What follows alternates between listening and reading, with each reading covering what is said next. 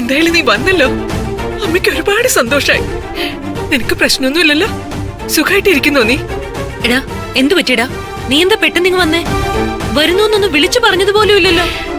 വാ മോനെ, നീ ഇങ്ങോട്ട് ഇരിക്കേ. നിനക്ക് കുടിക്കാൻ എന്താ വേണ്ടേ? ഞാൻ വന്നത് തനിച്ചല്ല, ശിവാനി കൂടെ എന്റെ ഒപ്പം ഉണ്ട്.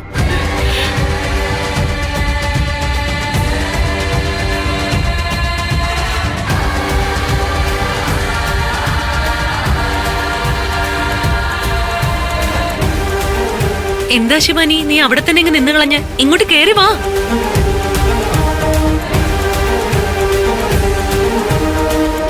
നീ മടിക്കണ്ട, നീ പുറത്ത് നിൽക്കേണ്ടവളല്ല. ഈ വീട്ടിനകത്ത് കയറേണ്ട എല്ലാ അവകാശവും നിനക്കുണ്ട്. കയറി വാ ഇങ്ങോട്ട്.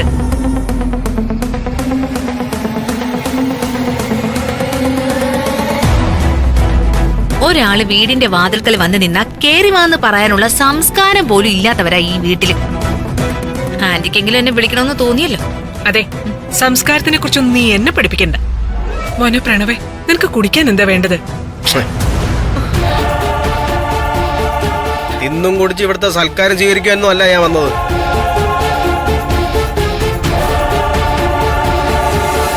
എനിക്കൊരു ആവശ്യം പറയാനുണ്ട്. ഗൗതവും നിധിയും ചേർന്നിട്ട് ഒരു പെർജുറി കേസ് ഫയൽ ചെയ്യാനുള്ള നീക്കം നടത്തുന്നുണ്ട്. അത് വേണ്ടാന്ന് അമ്മ തന്നെ മോനോട് മരുമകളെടുത്തും പറഞ്ഞേക്കണം. അതെന്തിനാ കേസ് വേണ്ടാന്ന് വെക്കുന്നത്? അതിനിപ്പോ എന്താ കുഴപ്പം? അങ്ങനൊരു കേസ് മൂവ് ചെയ്താൽ അത് ബാധിക്കുന്നത് പ്രണവിനെയാണെന്ന് നിങ്ങൾക്ക് അറിയില്ലേ? നാവടക്കി മിണ്ടാതെ നിന്നോണം. ഞാൻ സംസാരിക്കുന്നതേ എന്റെ മകനോടാ. അതിനിടെ കയറി നീ അഭിപ്രായം പറയണ്ട. നോക്കു പ്രണവേ, ഗൗതമ നിധിയും കേസ് കൊടുക്കുന്നത് CKCയുടെയും ജ്യോതിർമയുടെയും പേർക്കാ. അത് നിന്നെ ഇങ്ങനെ ബാധിക്കാനാ? നിന്നെ തട്ടിക്കൊണ്ടുപോയത് CKCയുടെയും ജ്യോതിർമയുടെയും പ്ലാനിംഗ് അനുസരിച്ചാണെന്നുള്ള കാര്യം ഇവിടെ എല്ലാവർക്കും അറിയാം. അങ്ങനെയാണെങ്കിൽ കോടതിയെ തെറ്റിദ്ധരിപ്പിച്ചതാരാ? അവരല്ലേ ജയിലിൽ പോകേണ്ടതും. ഒരു കള്ളം പല ആവർത്തി പറഞ്ഞു കഴിഞ്ഞാൽ അത് സത്യമാവും എന്നുള്ളത് വെറുതെ പറയുന്നതാണ്. ഗൗതവും നിധിയും അല്ല എന്നെ തട്ടിക്കൊണ്ടു പോയെന്ന് 1000 വട്ടം അമ്മ പറഞ്ഞാലും സത്യമല്ലാതാവുന്നില്ലല്ലോ. ഗൗതവിന്റെ നിധിയുടെ കള്ളക്കളിയൊക്കെ എനിക്ക് ബോധ്യമായതാ. ഞാൻ സ്വത്തും ബിസിനസ്സും ഒക്കെ ചോദിക്കുമെന്നായപ്പോഴത്തേക്ക് എന്നെ തട്ടിക്കൊണ്ടങ്ങ് പോയി. ഒടുവിൽ പിടിക്കപ്പെട്ട് ജയിലിലായി ശിക്ഷ കിട്ടുമെന്ന് ഉറപ്പായപ്പോഴത്തേക്ക് വലിയ രക്ഷകയുടെ വേഷം കെട്ടി എന്നെ അങ്ങ് രക്ഷപ്പെടുത്തി. എല്ലാം കഴിഞ്ഞപ്പോ വീണ്ടും എന്നെ ജയിലിലാക്കാനുള്ള പുതിയൊരു തന്ത്രമായിട്ട് ഇറങ്ങിയിരിക്കുന്നു. ഇതിലൊരു തീരുമാനം ഉണ്ടാക്കേണ്ടത് അമ്മയാണ്.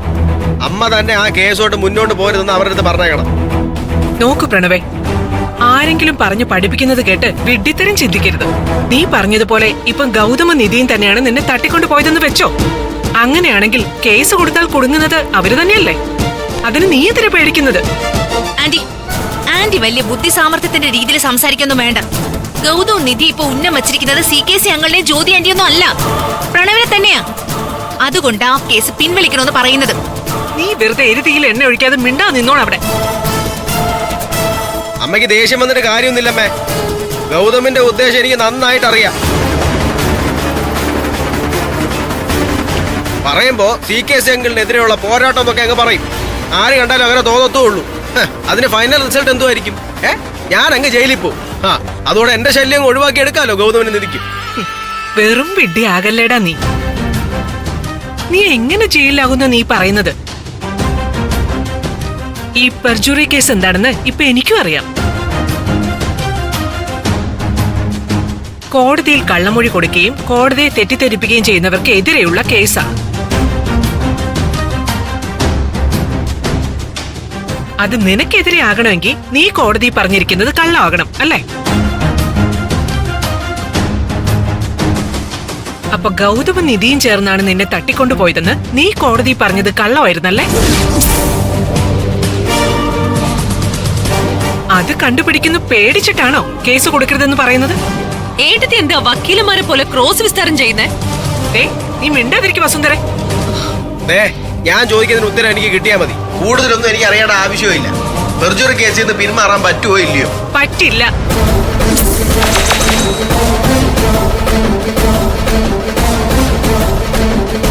ഗൗതമിനോടും നിധിയോടും കേസുമായിട്ട് മുന്നോട്ട് പോകരുതെന്ന് എനിക്ക് പറയണമെങ്കിൽ നിന്റെ ഭാഗത്ത് എന്തേലും ന്യായം ഉണ്ടായിരിക്കണം. അതില്ല പ്രണവേ.